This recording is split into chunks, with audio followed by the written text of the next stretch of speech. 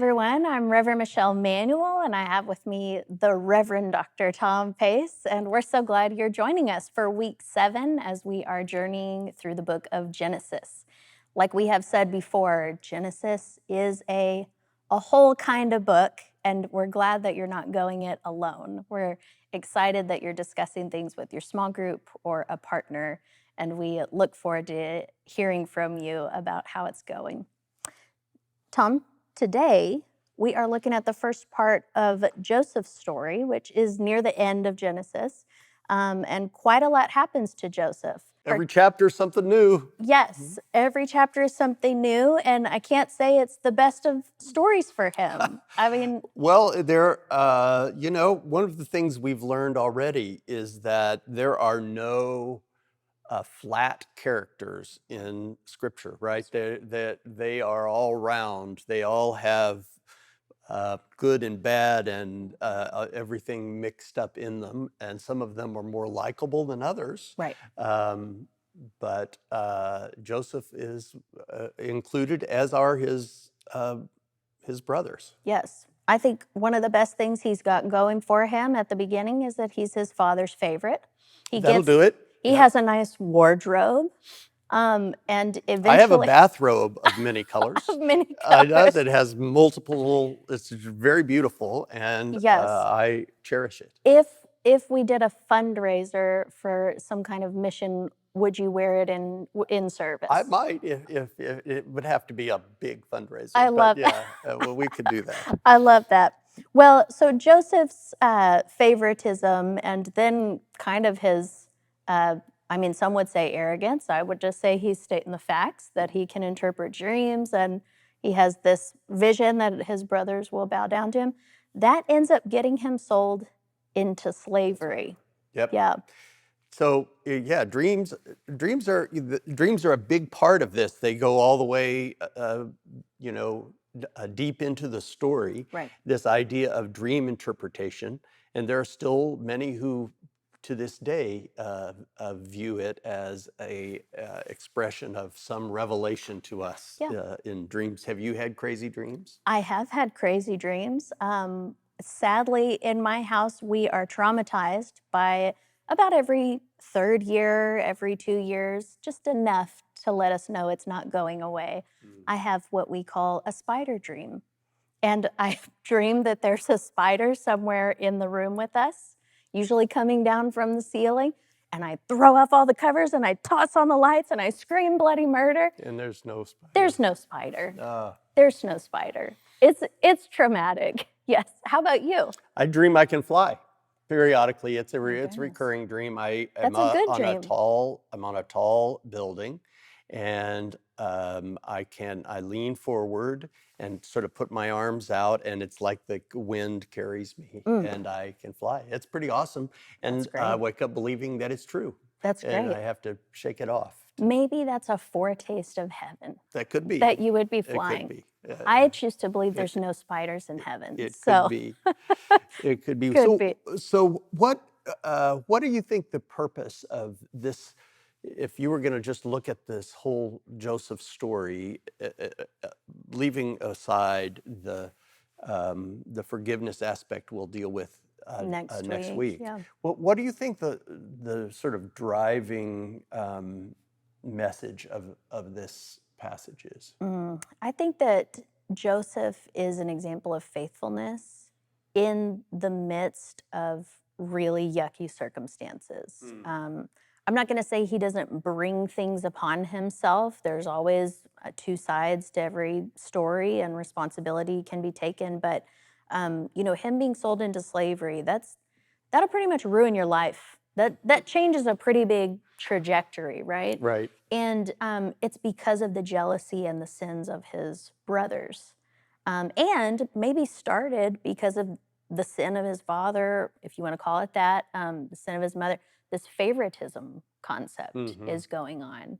And so what does it look like to be faithful amidst the impact of someone else's sin in your life? Yeah, I think often we have an emotional reaction, as his brothers clearly did, to Joseph, when really it's another instance of God choosing to turn the social structure on top of itself. It would have been the oldest who should have been the favorite, but in this case, it's the youngest who's the Right. favorite. Right. And so the other brothers, if it had been the oldest, would that have bothered them? No. It's the fact that that in this case it wasn't following the social structures that were present, Right. and this a sense in which Joseph just owns his calling in the midst of that. So I don't think the intent is to paint Joseph as this bad guy. Although you can sure taste his arrogance as you Sure. read the. Sure. You all are going to bow down to You're me. going to bow down to me, right? Right. In But my as you said, beautiful maybe it's robe. just stating the facts. It could just be. Remember, we always want to remember the meta narrative here of this God who goes to all ends that God's purposes will ultimately be accomplished. Right. And that there are many things that seem to thwart those purposes, including other brothers, including all sorts of things, but God's purposes ultimately would be accomplished. Right. And that's the case in this one. Right. So how do we deal with the negative impacts of other people's actions? Well, there is a sense in which life goes on, and you just have to find a new way to live. I mean, Joseph gets sold into slavery, but then he gets jailed, and then and life goes on. But he remains faithful to God. He stays close to God. His faith doesn't waver. He continues to practice his faith, and he doesn't throw in the towel. So the whole thing with Potiphar's wife coming for him, that could have been a sweet deal for Joseph. I mean, being the man of the house, what kind of side kickbacks he could have gotten, and yet he didn't, and it got him into more trouble, right? So doing the right thing, remaining faithful, isn't necessarily going to yield worldly benefits, and yet ultimately things turn out really great for Joseph. It strikes me that there is a fine line between entitlement and justice. And what I mean by that is it would be easy for Joseph to say, this is not right. I have been mistreated. I have been wrong. That would, I deserve justice. Yeah. Right? Yeah. But I think part of the picture here is that when we walk around sort of claiming this is what I deserve, that borders on a sense of entitlement. Nobody promised. What is the song? I never promised you'd be a rose garden. Right. Nobody promised us that we wouldn't make bad decisions ourselves, but even beyond that we wouldn't be victims of bad decisions. And the overarching value, the thing that we're striving for, is not necessarily in our lives is that everything gets made right, that we are able to fix it so that the overarching value is that we remain faithful, right, in the midst of these other things that come at us. Right. Yeah. The thing with sin, which is a theme throughout the book of Genesis, the thing with sin is that sin begets sin without God. But God, and later in the person of Jesus Christ, sets us free from slavery to sin. And because Joseph remains a man of God and remains faithful, the sin of others doesn't beget sin necessarily in him as well. So he can remain faithful. Yeah. So let's talk about these women that play a part in this. This is kind of they're two very interesting women. Potiphar's wife, maybe less so. Right. We don't see a lot of redeeming qualities in Potiphar's wife. Right. Yeah. But in Tamar, she also is this sort of a round character, and she is actually listed in the genealogy of Jesus It's a big deal. There's only 4 women for women. in the Why would genealogy. she, of all, be one of the women listed in the genealogy of Jesus? You- Speculate. I will speculate in that. I think that, again, there's a lot that goes into her story. And I love that she's listed in the genealogy because, as we've seen in Genesis, most of these women are depicted by the authors in a negative light. And yet, these women are redeemed in ways, right? By being in the lineage of Christ and being specifically named. What's interesting about this story here is that even though she does kind of all this maneuvering and this lying, she's working within a patriarchal system to find a way to survive. Right, that's what I was thinking. She's a survivor. She's a She survivor. is a survivor, and she's going to do what it takes. Yeah. And honestly, that when you sort of again look at the big picture of Genesis, what you see is this God who is continuing to work within the lives of people to accomplish God's purposes. And sometimes it isn't, it offends our sensibilities to see how that happens. Yeah. And people will say to me, so Pastor, how, I read the Bible and it's so full of, war and people getting killed and violence and, Adultery, I mean, all of it. all of those things. And how can you endorse this book?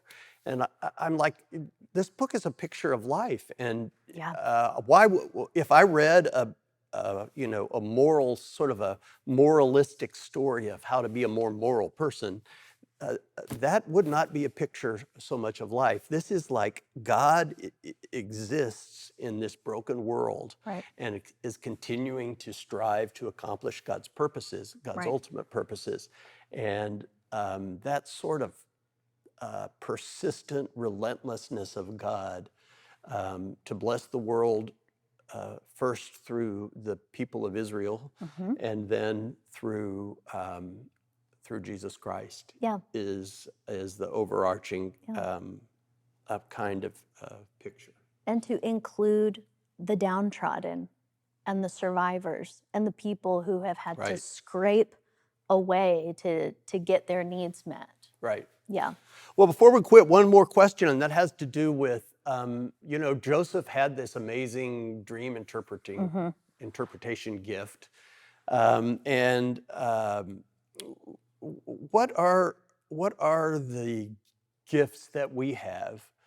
How can we choose to claim those gifts without allowing them to sort of just be egotistical, look how great I am, kind of things? Yeah. It is a fine line when we are good at something. I think it could be anything, but if we're talking about spiritual gifts, prayer, or other traditions talk about like a word of knowledge or prophecy, or the Spirit is still kind of manifesting these things Right. among us. It's a fine line when our allegiance can shift to ourselves and it can become an idol. Oh, I'm the person in the church who's the prayer, I'm the pillar prayer person. And I'm the, this person. And oh, the pastor comes to me when he's Right. got a problem or she's got a problem, and it can become a point of pride and feed the ego instead of, and I've heard it said, we can worship the gift and worship self, or we can worship the gift giver. Mm. Good. And we see Joseph remain, seemingly neutral about this gift. He's got it. He's willing to use it. I think his use of it is an expression of his faith. That, if someone came to me and started interpreting my spider's dreams, I'd be like, you're crazy. You're crazy. But instead, he's using it in a way that that worships God. Paul speaks about it very clearly. He says, if I speak in the tongues of mortals and of angels, but have not love, I'm a noisy gong or a clanging cymbal, right? So if you can be incredibly gifted, I must say, as a bit of an aside, I take great comfort in Paul's writing in Philippians, where he says, some preach Christ out of envy and rivalry, but others out of goodwill. What do I care? As long as Christ is preached. Oh my goodness. Well. So I love that picture Uh-huh. because I recognize that all of our motives are mixed. Yeah. And we do our best to serve, but recognize that all of our motives are mixed. And I think Joseph is no different than No that. different. Right. And there's always that moment, those tiny moments of repentance, like, oh, I'm just going to turn back. Oh, Right. that wasn't me, that was God, or whatever. Those Absolutely. are the gifts that Christ gives us. Yeah. Well, this has been great. I enjoyed it with you. I hope you all enjoyed it. Spend some time in your small group or with your buddy talking about your own gifts, how you use them for God's glory, and how you remain faithful in the midst of some pretty difficult circumstances that may come your way.